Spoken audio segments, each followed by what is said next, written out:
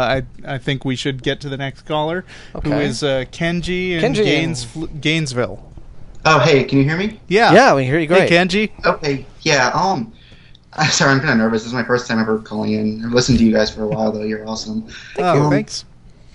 But yeah, I'm a non-theist myself. I don't believe in religion or anything like that. But I don't like the term atheist. For one reason mainly. Are you familiar with the philosophy of dialectical materialism?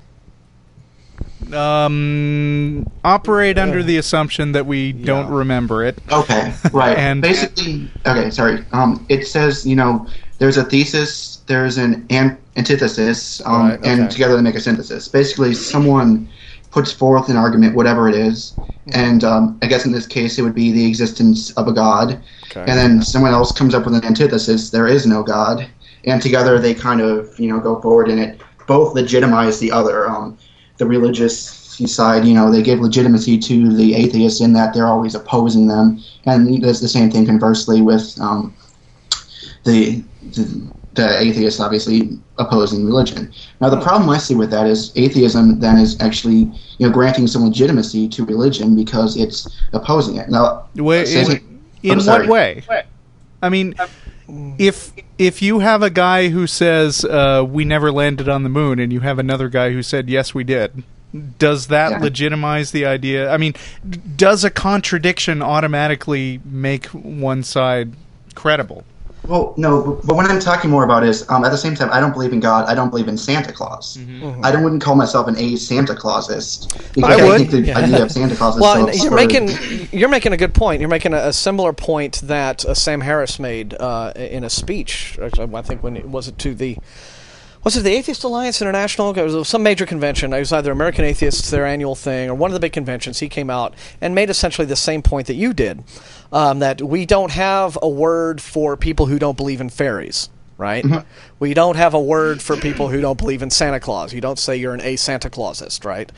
So and then he proceeded to go ahead and make the argument that what we need to get society to our culture to a point is where a term like atheist is no longer needed simply by virtue of belief in God.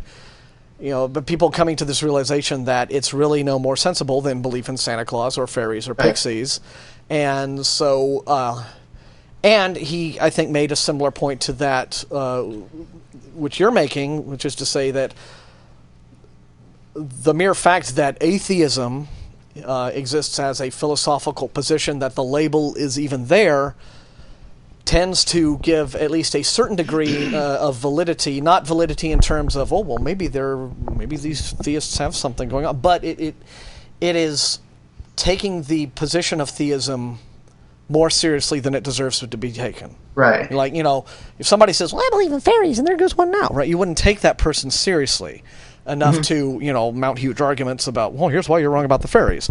But atheism is unwittingly giving theism, I guess, more cred than it should get. Is what Martin's saying kind of an accurate summary of what you're getting at? Right, yeah. Okay. Well, here's why I don't agree with that. I mean, I can understand the position, and in some cases I might be inclined to agree with it. The problem is, I think that theism already has a certain escape velocity, if you will, level of credibility.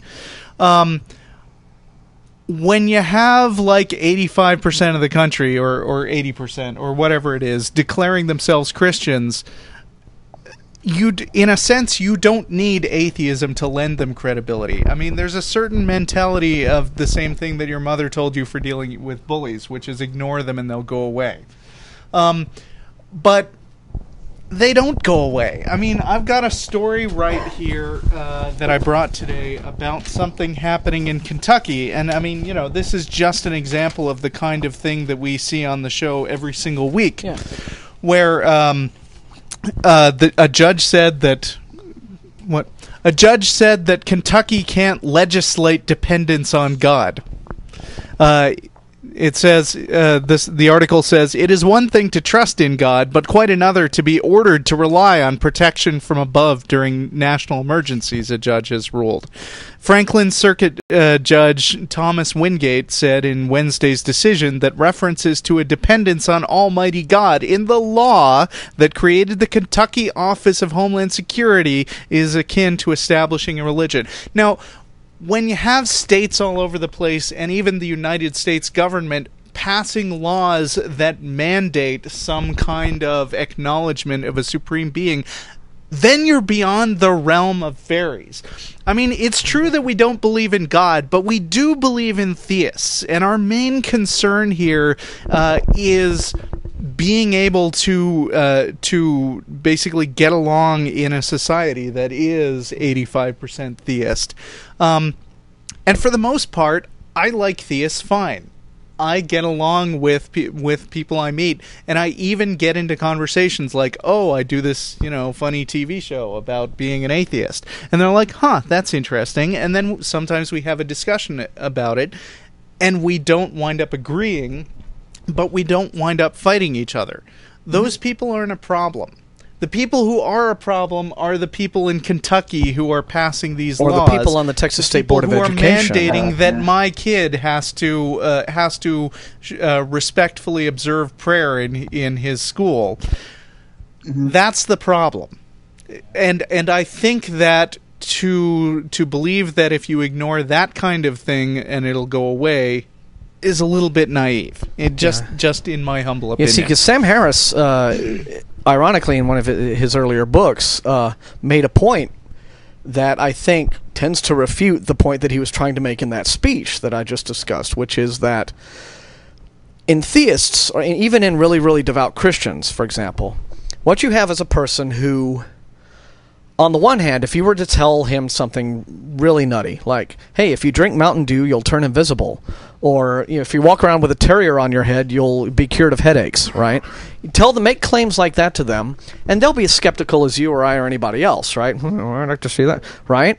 But when it comes to this specific thing, their religious beliefs, their Christianity, their belief in God, Jesus, what have you, they elect to disengage that little critical part of their brain. This is this sort of selective, well, I won't question that. So, in a sense, theism, I think you can't really ignore it, as Russell has pointed out, because unlike belief in fairies, belief in Santa Claus, which is a thing that we say, okay, it's a kid's thing, that's fine. Belief in most other, mythological beings or phenomena, theism is woven into our culture so thoroughly that it kind of has to be dealt with, especially when it starts infecting, public policy and things like that. Yeah. Mm-hmm.